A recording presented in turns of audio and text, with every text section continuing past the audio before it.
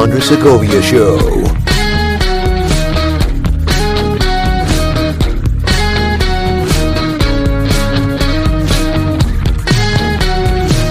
This is the Andre Segovia Show, and I am your host, Andre Segovia. I hope everybody's enjoying their August. It's been an interesting one for me, action-packed without a doubt, and I desperately need a vacation. Well, in this episode, we are returning to Real Estate 101, because it's been a while since I've done one of these, and I figured might as well, since I have another Real Estate 101 episode coming up that I'm recording, and that one is an interview with a lender, so that's a place where you'll be able to get a lot more information as to how the lending process works and what some of the terminology means, because a lot of people get confused when we enter into the realm of real estate, like, oh my gosh, what is this? I don't know what it is. What if Andres is putting me in something that I don't understand? Well, it's our job to make sure you do understand. And even when you don't understand, the point is to be able to explain things to effect and also give you the confidence in knowing that, hey, we got your back. Because that's important. Whereas some other professionals don't even bother explaining certain things because this is understood you. Like, oh, you should know better. So this is probably assuming that you understand. And I don't like approaching things that way, because I rather explain something and be told, like, yeah, thank you for reiterating what I already knew. You're preaching to the choir. I'd rather that happen than someone telling me, hey, you didn't explain this to me. That's always a slippery slope. I don't want that to ever happen. So in this episode of Real Estate 101, I want to talk about a real estate escrow. What is escrow? And I pulled up two articles, but I was spending more time on this one that I got from Zillow, because I like how they put these things out and they kind of speak in a more general language for everybody, which in a witty language, so I like that. But I want to first start off from thebalance.com. They have different forms of escrows, and this is the part that I'm going to bring up about what a real estate escrow is.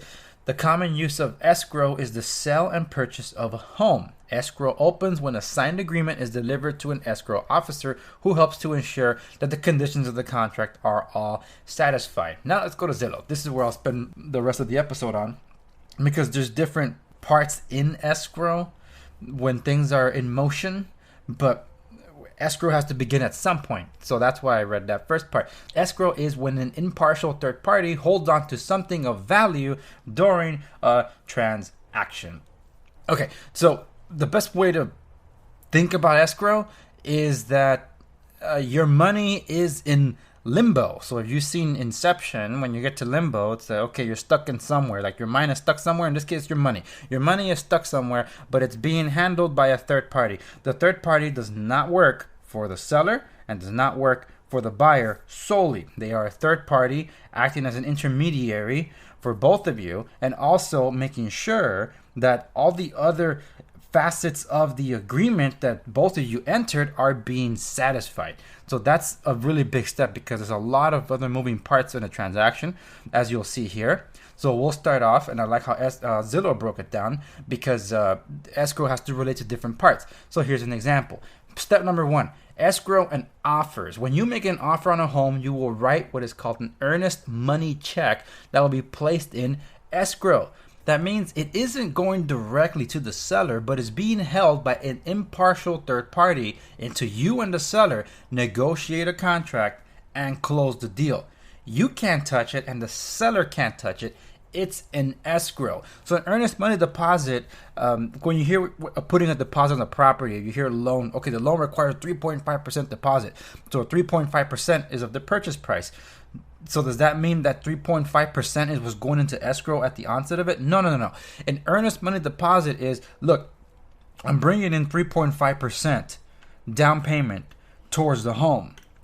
And to show you that I'm interested in this home, I want to open escrow, I'm giving $1,000 or $2,000 or $5,000, whatever, towards my deposit so we can open escrow. That is an earnest money deposit. So you're not putting all the 3.5% up front for the purchase price. You're only putting up a small portion to show that you're interested. The rest of the deposit comes in before the close of escrow, because you have to put in the rest of the deposit and also show that you have the funds available.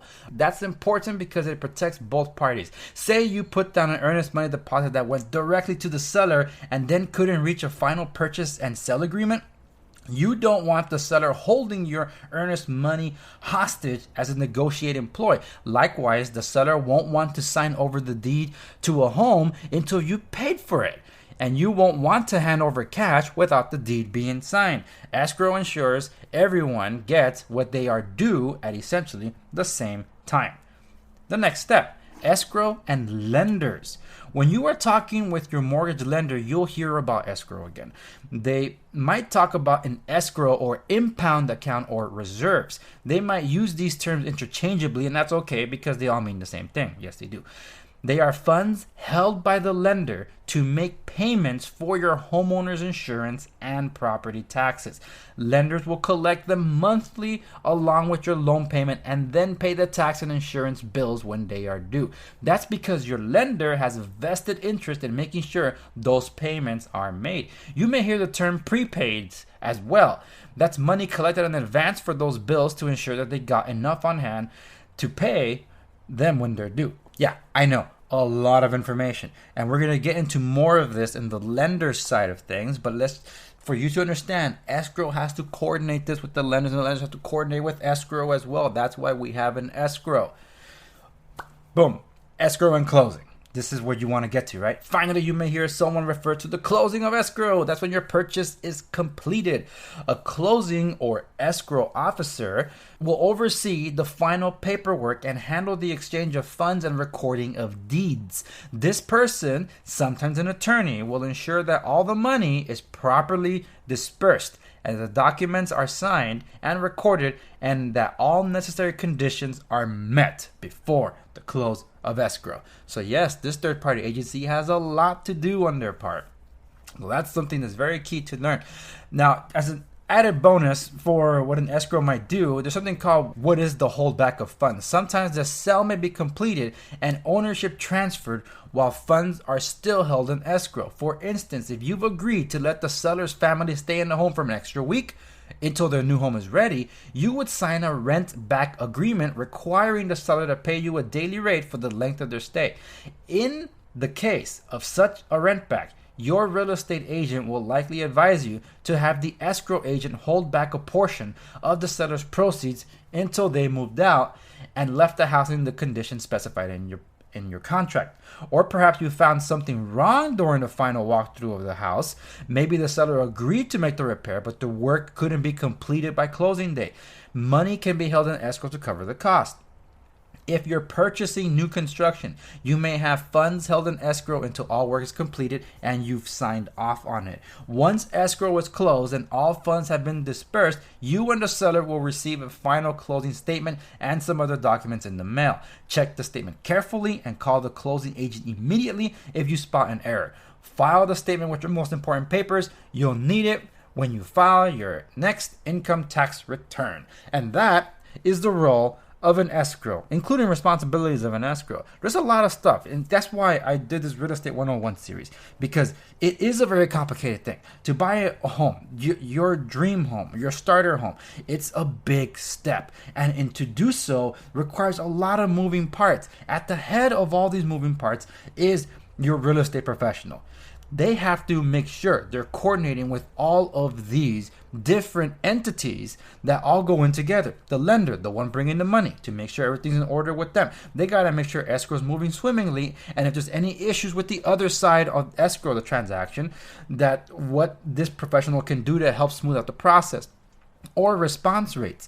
The real estate professional is organizing all this, and not to mention there's another aspect of this that wasn't brought up. Escrow also deals with homeowners insurance and title insurance. So all those different facets all come together and basically handled by escrow, but escrow is not going to go actively search for them. Someone has to bring this to them, and that is through your real estate professional. So there's a lot of cogs into this machine of real estate transactions, and one of those cogs is escrow, and the engine that keeps it all going is the real estate professional. So that's why I do this series of Real Estate 101, so I could teach you the ins and outs of real estate so you know what to expect when you get into your first or next real estate transaction.